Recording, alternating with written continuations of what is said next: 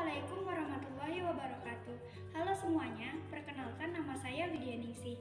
Pada kesempatan kali ini saya akan membahas materi mengenai aktualisasi nilai-nilai Pancasila. Seperti yang kita ketahui bahwa Pancasila merupakan ideologi Negara Kesatuan Republik Indonesia. Pancasila dianggap menjadi satu-satunya ideologi yang paling tepat dalam menjalankan sistem ketatanegaraan di negara kita. Sebab nilai-nilai dan cita-citanya diambil dan digali dari kekayaan rohani, moral, dan kebudayaan masyarakat Indonesia itu sendiri yang disepakati bersama oleh bangsa Indonesia melalui para founding father seperti Insinyur Soekarno, Sutomo, Muhammad Yamin, Kiai Haji Bagus Hadikusumo, dan tokoh-tokoh lainnya yang turut terlibat dalam pembentukan Pancasila. Di era modernisasi dan globalisasi, Pancasila memiliki peran yang penting dalam menjaga eksistensi kepribadian bangsa Indonesia. Pancasila juga akan terus relevan dalam perkembangan zaman sebagai pedoman pengambilan keputusan, kebijakan, kemudian juga pemecahan masalah dalam kehidupan di berbangsa dan bernegara. Tanpa berlama-lama, langsung saja kita ke pembahasan. Simak baik-baik ya.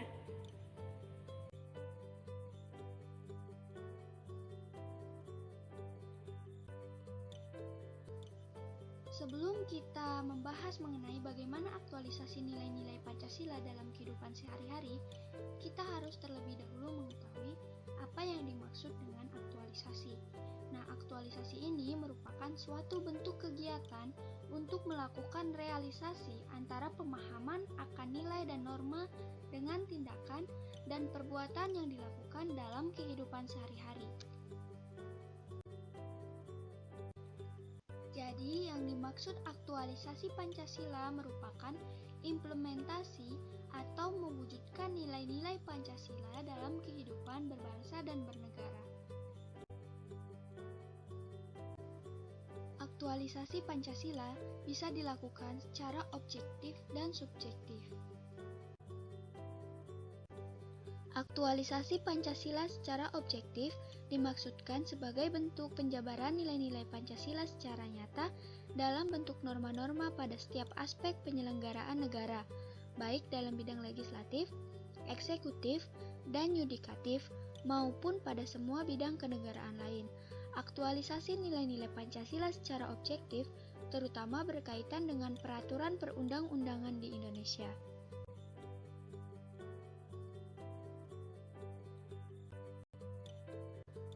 Aktualisasi nilai-nilai Pancasila secara subjektif dimaksudkan sebagai upaya merealisasi penjabaran nilai-nilai Pancasila dalam bentuk norma-norma ke dalam diri setiap warga negara, setiap penguasa, dan setiap orang di Indonesia. Aktualisasi ini berkaitan dengan kesadaran, ketaatan, serta kesiapan individu untuk mengamalkan Pancasila atau norma-norma moral. Aktualisasi Pancasila, sila ke-1.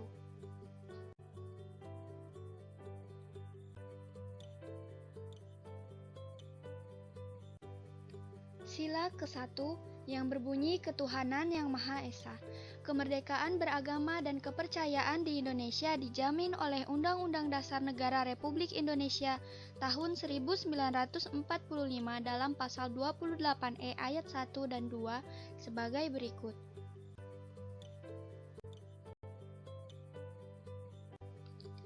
Ayat 1.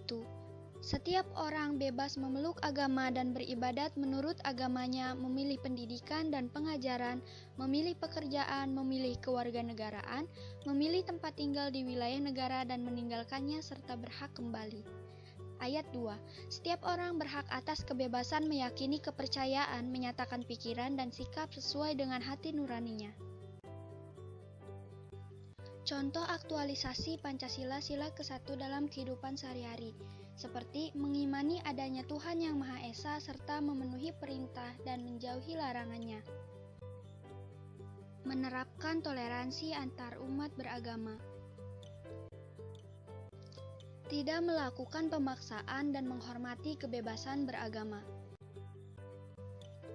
Tidak merendahkan dan mencemooh agama maupun pemeluk agama lain.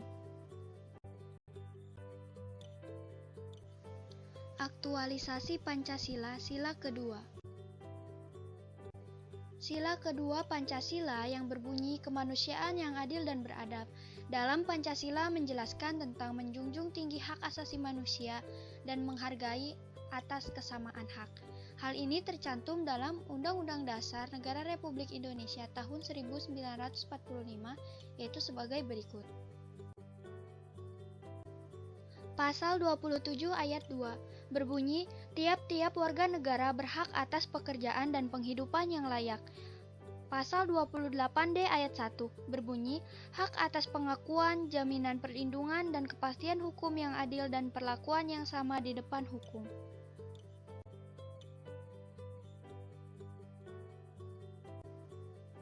Contoh aktualisasi Pancasila sila kedua, seperti menghormati hak asasi sesama manusia, memiliki rasa kasih dan peduli terhadap orang-orang di sekitar, menghargai keberadaan dan pendapat dari setiap orang, tidak mengganggu hak orang lain dengan sikap tidak adil, tidak memaksakan kehendak dalam menjalani hubungan sosial di masyarakat, saling berbagi dengan sesama masyarakat yang membutuhkan.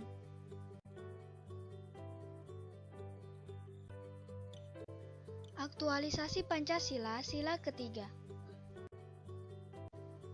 Sila ketiga ini menjelaskan tentang bagaimana kita sebagai warga negara menunjukkan rasa persatuan dalam menjalankan hidup berbangsa dan bernegara dengan banyaknya perbedaan suku, ras, kelompok dan golongan maupun kelompok agama dalam semangat Bhinneka Tunggal Ika. Contoh aktualisasi Pancasila sila ketiga dalam kehidupan sehari-hari, seperti menumbuhkan rasa mencintai tanah air dan berusaha menjaga nama baik Indonesia. Kemudian tidak mendiskriminasi suku, agama, dan ras, tidak menimbulkan keributan dan perselisihan antar masyarakat, bekerja sama untuk kepentingan bersama, menjaga toleransi antar sesama, mengutamakan kepentingan kelompok di atas kepentingan pribadi.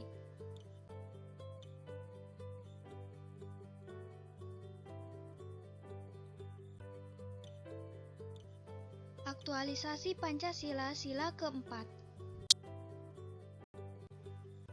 Sila keempat mengandung nilai demokrasi yang secara mutlak harus dilaksanakan dalam kehidupan bernegara.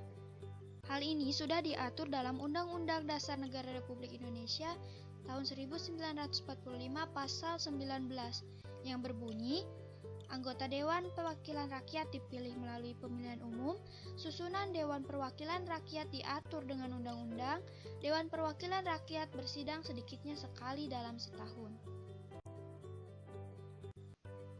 Contoh aktualisasi Pancasila sila keempat, seperti bersikap pro-dialog, pro-musyawarah, dan pro-demokrasi, anti kekerasan dalam menyelesaikan masalah atau konflik, mengutamakan musyawarah dalam pengambilan keputusan untuk kepentingan bersama, memberi kepercayaan kepada wakil-wakil yang dipercaya untuk melaksanakan permusyawaratan.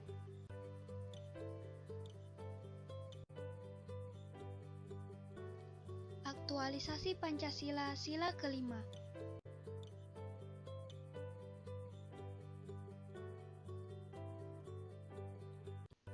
Sila kelima yang berbunyi keadilan sosial bagi seluruh rakyat Indonesia merupakan tujuan akhir dari suatu negara, yaitu mewujudkan kesejahteraan seluruh warga negaranya serta melindungi warganya dan seluruh wilayahnya. Nilai-nilai keadilan ini juga sebagai dasar dalam pergaulan antar negara dan prinsip ingin menciptakan ketertiban hidup bersama, perdamaian abadi, serta keadilan dalam hidup bersama. Contoh aktualisasi Pancasila sila kelima, seperti mengembangkan perbuatan yang luhur yang mencerminkan sikap dan suasana kekeluargaan dan kegotong royongan, mengembangkan sikap adil terhadap sesama, menjaga keseimbangan antara hak dan kewajiban, tidak menggunakan hak milik untuk usaha-usaha yang bersifat pemborosan dan gaya hidup mewah, pemerasan terhadap orang lain, menghargai hasil karya orang lain yang bermanfaat bagi kemajuan dan kesejahteraan bersama, melakukan kegiatan dalam rangka mewujudkan kemajuan yang merata dan berkeadilan.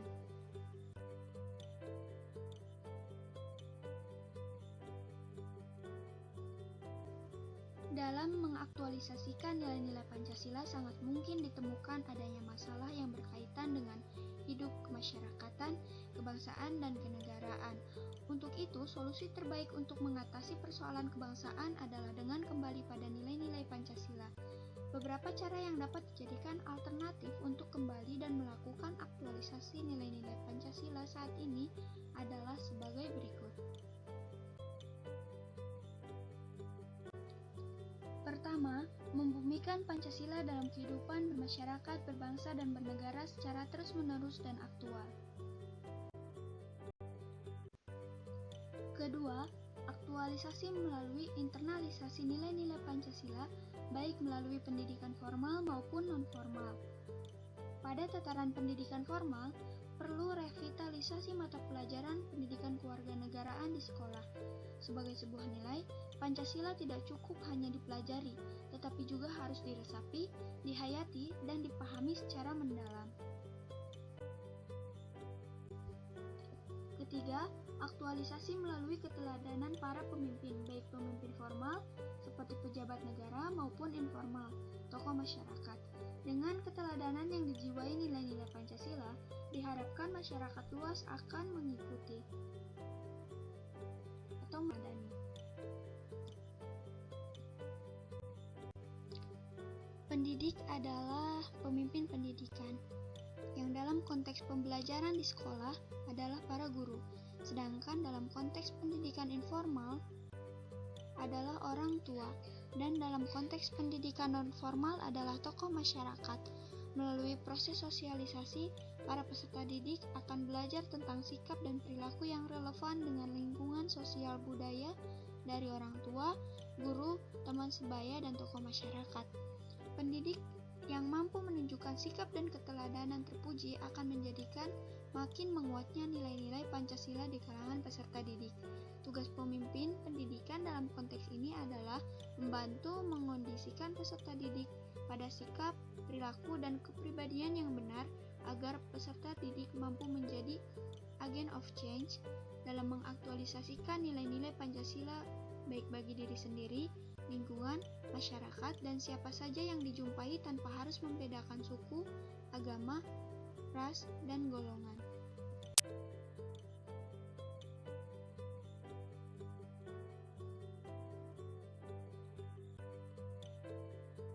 Oke, mungkin sekian yang dapat saya sampaikan. Mohon maaf apabila masih banyak kesalahan dan kekurangan, karena kesalahan murni datanya dari saya dan kesempurnaan hanyalah milik Tuhan semata.